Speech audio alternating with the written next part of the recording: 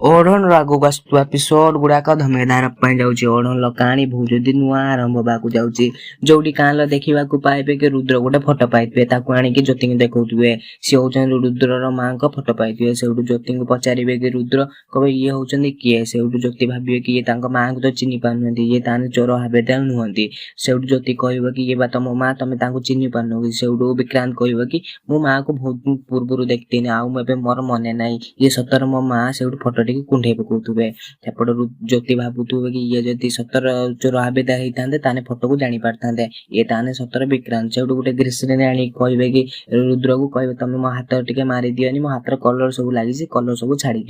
से विक्रांत कह कि ना मो हाथर अठाटिया लगी मुझे तुम हाथ मारिबिनी से जब सतर रुद्र होता ताने ज्योति हाथ सी मारी था कौन आपको लगुच कहानी आगू जी आम कमेंट मध्य जनातु देखो ओढ़णी तरंग टीवी तरंग प्लस रे चैनल टी सब्सक्राइब कर सुंदर प्रोमो वीडियो पाई।